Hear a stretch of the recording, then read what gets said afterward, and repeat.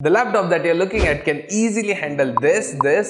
All your needs. Here is your quick answer of how fast this laptop is. Higher the score, better is the result. Want to edit a video or do coding? This is a perfect fit with traditional looks. We'll be attending every single point that you can see on your screen right now. Let me just get on to the first one, and that is the design of this. On the back, we have the Dell logo embossed in a triangular line pattern, which really looks cool in my opinion. If you look a little bit down, then you have this extended back which houses the bulky cooling system and some ports as well, which is more or less like an Alienware design itself. The latest Dell G15 has a color combination of black, dark grey and orange. The orange accent is present all over the laptop. Surprisingly, this can be opened with one hand. When you open it up, you are welcomed with a beautiful display with two-side bezel-less and then bottom chin, which is completely black. Talking about the keyboard, it has full size, good amount of spacing, decent key travel, and here is how it sounds.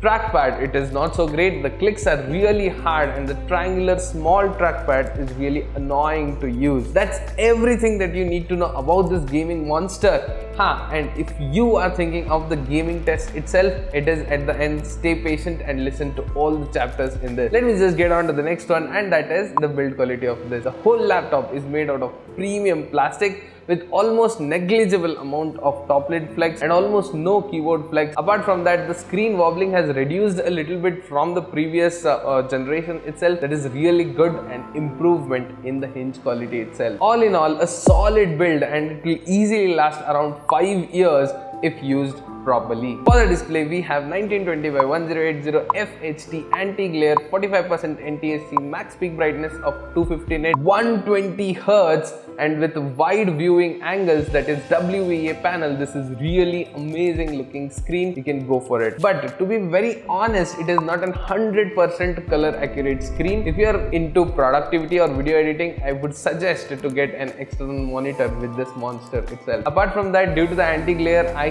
think it is a little bit less sharper. I just wish this laptop would be a little bit sharper and a little bit brighter. All in all, a really good display, and you can take it through your content consuming and gaming itself. Okay, so let me just get on to the next and the most important part, that is performance and specifications. For the processor, we have Core i7 12th generation 12700H is the processor, which has a base clock frequency of 2.3 GHz and can go easily up to 4 GHz. In my testing, I managed to push till 3.5 GHz, but 4 GHz was not possible. Maybe it requires another cooling system as well. Apart from that, it has got 14 cores and 20 threads, which is really awesome in my opinion, because this has got some high performance cores and high efficiency cores distributed for your workloads itself, giving you an all-in-all best performance in the class. For the RAM, we have 16 GB 8x2 4800 MHz, and it is DDR4. DDR5 would be really appreciated in this monster. For the storage, we have 512 of NVMe M.2 SSD, but when you take a look,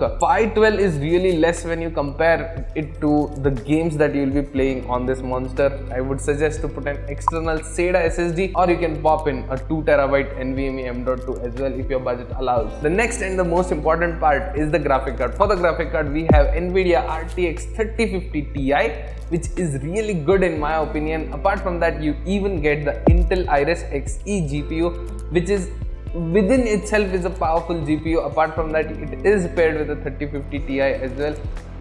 What else do you want for your productivity workflow? Two GPUs work accordingly. One is off, one is on to save your maximum power based on your workloads as well. You can go into the settings and turn off your external GPU as well in case you want to save some extra juice in the battery. When it comes to real world performance, this laptop really stands out from this previous generation by giving some amazing Cinebench score. And not to forget, I have tested this in ultra performance in Dell Power Manager and best performance in Windows settings as well. This is really amazing because the fans are pushed to its maximum, the power draw is pushed to maximum, and the performance is also pushed to maximum itself. I tested the Cinebench R20 score and it gave a massive of 5859. This is what I could record, but without recording, I was even able to push it till 6000 mark very easily.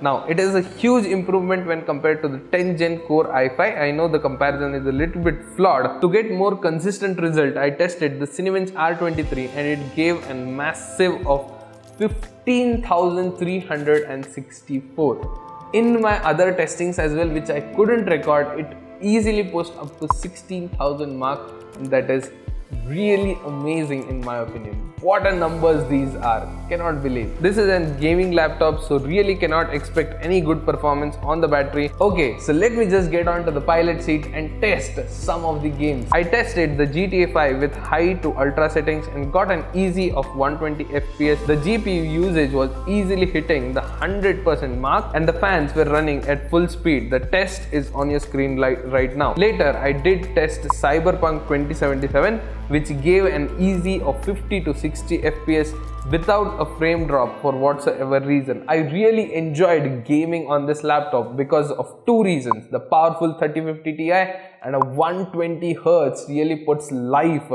to the games. Let me just get on to the next one, and that is the ports on this. On the right hand side you have two USB 3.0, on the left you have LAN port and an audio headphone combi jack.